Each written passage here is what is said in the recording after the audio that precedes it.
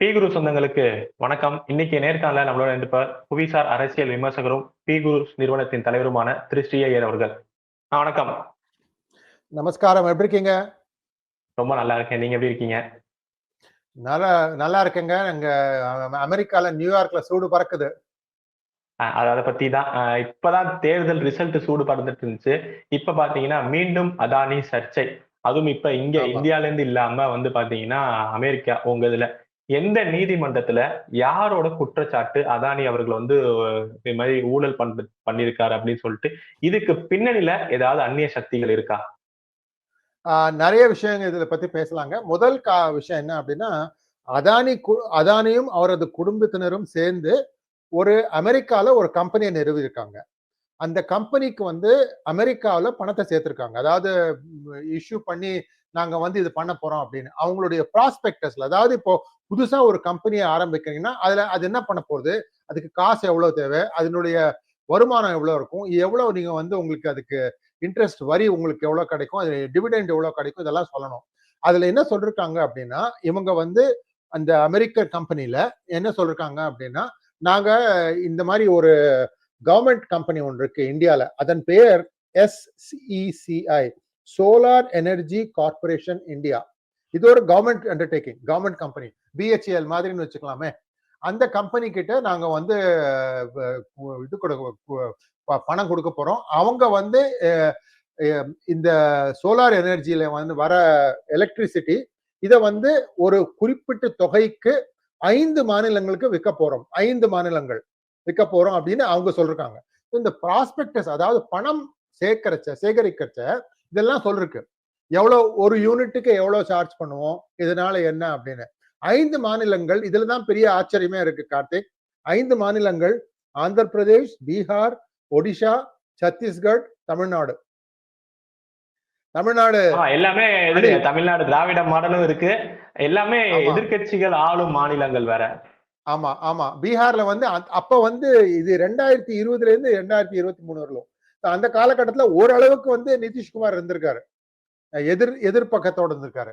அதனால இது என்ன ஆயிருக்கு அப்படின்னு கேட்டீங்கன்னா, இந்த 5 மாநிலங்களும் நான் சொன்னேன்ல, இந்த SECI அவங்க கிட்ட நாங்க இந்த தொகையில வாங்கிக்கிறோம், இந்த பர் யூனிட்டுக்கு இவ்வளவு காசு கொடுக்குறோம் ஒப்புதல் கொடுத்துட்டு, பணம் உள்ள வந்ததுக்கு அப்புறம் என்ன சொன்னாங்கன்னா, நீங்க சொல்ற விலை ரொம்ப எச்சா இருக்கு, அதிகமா இருக்கு, இதை எங்களால கொடுக்க முடியாது அப்படின்னு கை விரிச்சிட்டாங்க இந்த 5 மாநிலங்களும். இப்போ என்ன ஆச்சு அப்படின்னு கேட்டீங்கன்னா, இப்போ அமெரிக்காவில் இருக்கிற காசு போடுற மக்கள் யோசிக்கிறாங்க, என்னடா இது, நம்ம காசு கொடுத்துட்டோம், இவங்க காசு வாங்கிட்டாங்க, காசு வாங்கிட்டு இப்ப சொல்றாங்க எங்களால இந்த விலையில விற்க முடியாது அப்படின்னு SECI சொல்லுது.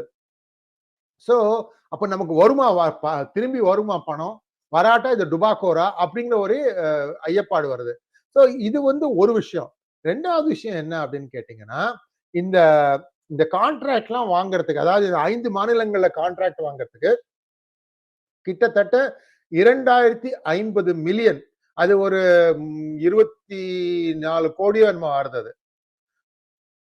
240 கோடியோ, okay, $25 million, $250 million, sorry, 250 million bribe கொடுத்து வாங்கியிருக்கீங்க அப்படின்னு இன்னொரு குற்றச்சாட்டு. இந்த குற்றச்சாட்டு மிகவும் முக்கியமானது. ஏன்னா அமெரிக்கால இருக்கிற அமெரிக்கா கம்பெனி இன்னொரு நாட்டுக்கு பிரைப் கொடுத்து ஒரு கான்ட்ராக்ட் வாங்கினா அது குற்றம் எங்க ஊர்ல. சோ மணி லாண்டரிங் நடந்திருக்கா, அப்புறம் இந்த ஒரு குற்றம் நடந்திருக்கா, அப்புறம் இதுல என்ன இருக்குன்னா, ஒரு 4-5 பேர் கனடால இருந்து, யுஎஸ்க்கும் கனடாக்கும் பெருசா வித்தியாசம் இல்ல, கனடால இருக்கிற 3 பேர் அது அவங்களையும் பேர் கொடுத்திருக்காங்க. அவங்களுக்கும் இதுல ஏதோ தொடர்பு இருக்கு. அவங்க கிட்ட இவங்க கேள்வி கேட்டா அவங்க பதில் சரியா சொல்லல.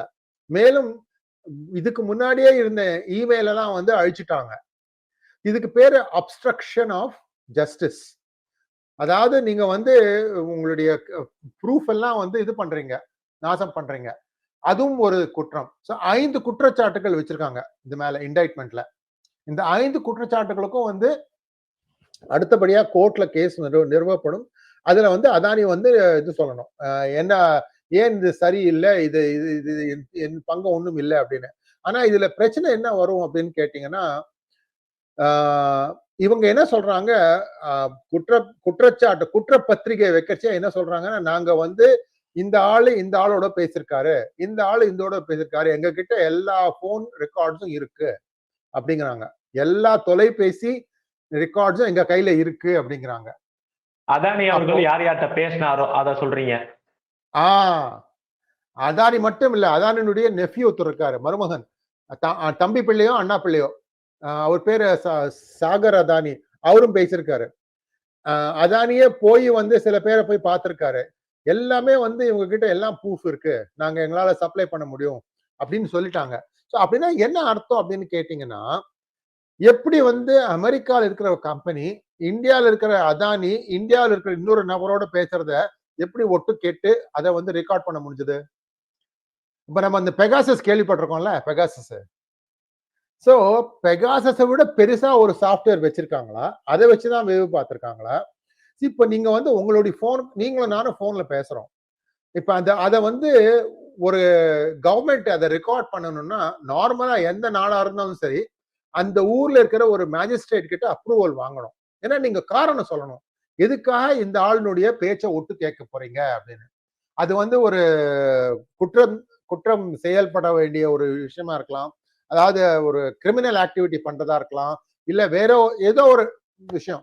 அதுக்கு வந்து காரணம் கொடுக்கணும், அப்பதான் மெஜிஸ்ட்ரேட் வந்து அதுக்கு அப்ரூவல் கொடுப்பாரு. அப்படின்னா இவங்க 2020ல இருந்து 24 நடந்த இந்த விஷயம் எல்லாம் பார்த்துட்டு வந்திருக்காங்க. அப்பவே முன்னாலே வாங்கிட்டாங்களா? இதெல்லாம் வந்து உங்களுக்கு கோர்ட்ல கேஸ் ஆறப்பதான் தெரியும், எங்கேருந்து என்னென்ன ஆதாரங்கள் இருக்கு, இவங்க இல்ல பண்ண இது அப்படி குற்றங்களின் ஒட்டு ஆதாரங்கள். கேட்டிருந்தாலும் இந்திய அரசாங்கத்தை மீறி ஒரு வெளிநாட்டு அரசாங்கம் ஒட்டு கேக்குதுங்கிறது இது இன்னும் ஒரு ஜியோ பாலிடிக்ஸ் ஒரு பிரச்சனையை உண்டாகாதா? அது எல்லாமே வந்து கடைசியில பாத்தீங்கன்னா, இது யார் எந்த கம்பெனியை வந்து ஏமாற்றிருக்கீங்க அப்படிங்கறதுல வந்து நிக்குது. எந்த கம்பெனி ஏமாற்றிருக்கீங்க? அமெரிக்கால இருக்கிற ஒரு அதானியின் கம்பெனி, அதுதான் ஏமாத்திருக்காங்க. அதுலதான் பிரச்சனை வருது. அப்படி இருக்கும் பட்சத்துல யுஎஸ் வந்து அது மாதிரி ஆக்ட் பண்ணலாம். அவங்க பண்ணிருக்காங்க, இதுக்கு முன்னாடியும் பண்ணிருக்காங்க. மத்த நாடுகள் இருந்தாலும் சரி, நீ எங்க இருந்தாலும் சரி, நீ இந்த தப்பு இங்க பண்ணனா இதுக்கு இதை நாங்க ஆதாரமா யூஸ் பண்ண முடியும் அப்படின்னு. கொஞ்சம் கஷ்டமான கேஸ் இது. என்ன கேட்டேன், மேலோட்டமா பாக்குறச்சு இது கொஞ்சம் கஷ்டமான கேஸ் அதானிக்கு. அதை வந்து அவ்வளவு ஈஸியா வந்து இதை வந்து இதுல இருந்து வெளியேற முடியாதுன்னு தான் நான் நினைக்கிறேன். அதாவது முதல்ல 54 பேஜுங்க இண்டைட்மெண்ட். அதை நான் இந்த டாக்குமெண்ட்டை பார்த்து 5 குற்றங்கள். இந்த 5ல வந்து 2 மிகவும் பலமா இருக்கு. நம்ம என்னதான் சொன்னாலும் இவரை வந்து குறி வச்சு தாக்குறாங்க, இந்தியாவின் வளர்ச்சி பிடிக்கவில்லை மக்களுக்கு அப்படின்லாம் சொன்னீங்கன்னா, அப்படி இருந்ததுன்னா அப்ப ஏன் இன்னைக்கு பண்ணணும்? 3 நாள் முன்னாலே பண்ணிருக்கலாமே, மகாராஷ்டிரா தேர்தலுக்கு முன்னாலே பண்ணிருக்கலாமே. ஏன்னா அதானி தான் பிஜேபி. இங்க ஒரு இன்னொரு குற்றச்சாட்டு நீங்க சொல்ற மாதிரி எலெக்ஷனுக்கு முன்னாடி பண்ணிருக்கலாம். பட் அது இம்பாக்ட் ஆகுது. ஏன்னா எலெக்ஷன்ல எதிர்கட்சிகள் குற்றச்சாட்டை வச்சாங்க. மும்பைங்கிற பேர் இருக்காது, அடுத்தது அதானி ராஷ்டிரா தான் ஆறும் எதிர்கட்சிகள் வந்து குற்றச்சாட்டு வச்சாங்க, கேம்பெயின் பண்ணாங்க. பட் எப்பவுமே பார்த்தோம்னா ஒரு கூட்டத்தொடர் ஆரம்பிக்குது, பார்லிமெண்ட் செஷன் ஆரம்பிக்கிறதுனாலே ஏதாவது ஒரு பிரச்சனை. இதே மாதிரி பெகாசஸ்னால ஒரு போராட்டங்கள் பண்ணாங்க, நடத்த விடாம. நீங்க சொன்ன மாதிரியே அதானி ஹிண்டன்பர்க் ரிப்போர்ட் வச்சிருந்தாங்க. சோ அதே மாதிரி இப்ப வின்டர் சீசன் ஆரம்பிக்க போகுது, இப்போ ஒரு குற்றச்சாட்டு வருது. அப்படிங்கிறப்ப ஏதாவது ஒரு அந்நிய சக்திகள் இருக்கான்னு தான் கேள்வி. இப்ப இதுல ஒரு சின்ன பிரச்சனை இருக்கு. 5 மாநிலங்கள் சொல்லிருக்காங்க. அந்த குற்றப்பத்திரிகையிலே இந்த 5 மாநிலங்கள் பேரை சொல்லிருக்காங்க. இந்த 5 மாநிலங்களும் இந்திய அனாலிசிஸ் தானே இருக்காங்க. நீ யார தினம் போக வர திட்டிட்டு இருக்கியோ அவங்களோடய நீ வந்து கூட்டு சேர்ந்து டீல் போட்டிருக்க அதானி. எப்ப பார்த்தாலும் அதானி சத்தீஸ்கர்ல காங்கிரஸ் கவர்மெண்ட். இது வந்து திருடனுக்கு தேள் கொட்டின கேஸ் கார்த்திக். திருடனுக்கு தேள் கொட்டின கேஸ். இதை வந்து எடுத்துன்னு வர முடியாது. எடுத்துன்னு வந்தாங்கன்னா மோடி எல்லாம் மிக சாமர்த்தியசாலி. இதை போட்டு அவங்கள ஒரு வழி பண்ணுவாங்க. கம்முன்னு வாய் மூணு வருவாங்க பாருங்க. பார்லிமெண்ட்ல இது வெளில வராது. இவங்க ஏதோ நினைச்சுட்டு நான் திறந்திருந்தாலும் இது வேற விஷயம். இப்ப ஆனா இது அல்வா சாப்பிடுற மாதிரியே நீங்க சொல்ற மாதிரி அவங்க வாய் திறக்காட்டியும் இப்ப இவங்க சொன்ன அலிகேஷன் ஸ்டேட்ஸ் 5 ஸ்டேட்ஸ்மே வந்து காங்கிரஸ் ரூல் பண்ற இந்திய அலை கூட்டணி பண்றதுதான். சோ பிஜேபி இதை சும்மா விட மாட்டாங்கல்ல.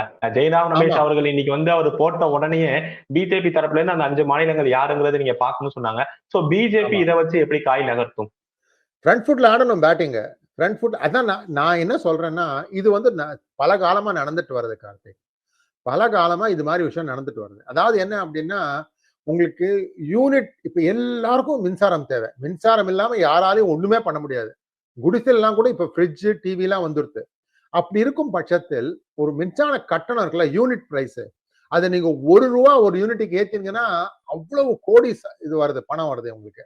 இவங்க என்ன பண்ணிருக்காங்கன்னு நான் நினைக்கிறேன்னா, இவங்க எல்லாம் சேர்த்துக்கிட்டு ஒரு கூட்டு ஒப்பந்தம் போட்டு பணத்தை எச்சா கொடுத்து வாங்கலாம், கிக் பேக் சொல்லுவாங்க, ஏதோ பண்ணிருக்காங்க. இது வந்து வெளியில கொண்டு வரதுக்கு ரொம்ப ஈஸியா பண்ணிடலாம். ஏன்னா SCCI அப்படிங்கிறது ஒரு கவர்மெண்ட் இது நிறுவனம்.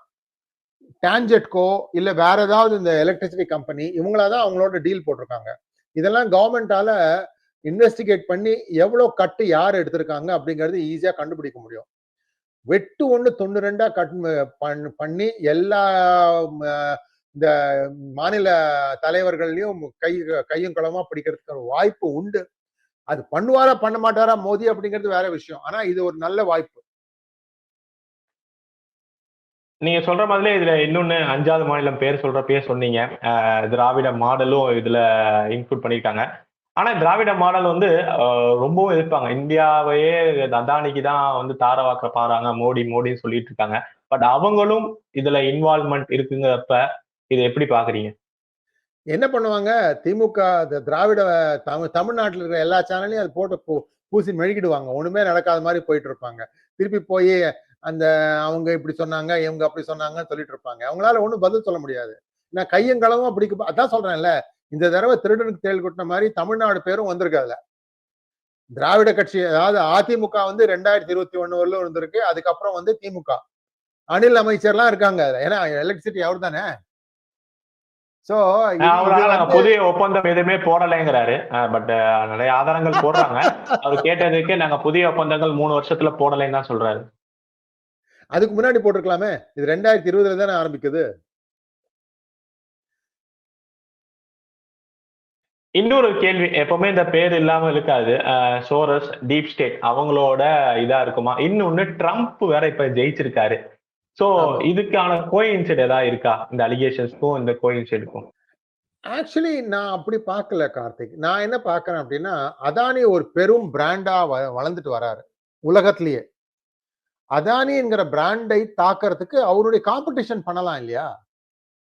நீ என்ன பெரிய ஆளா, நான் பாத்துறேன் அப்படின்னு.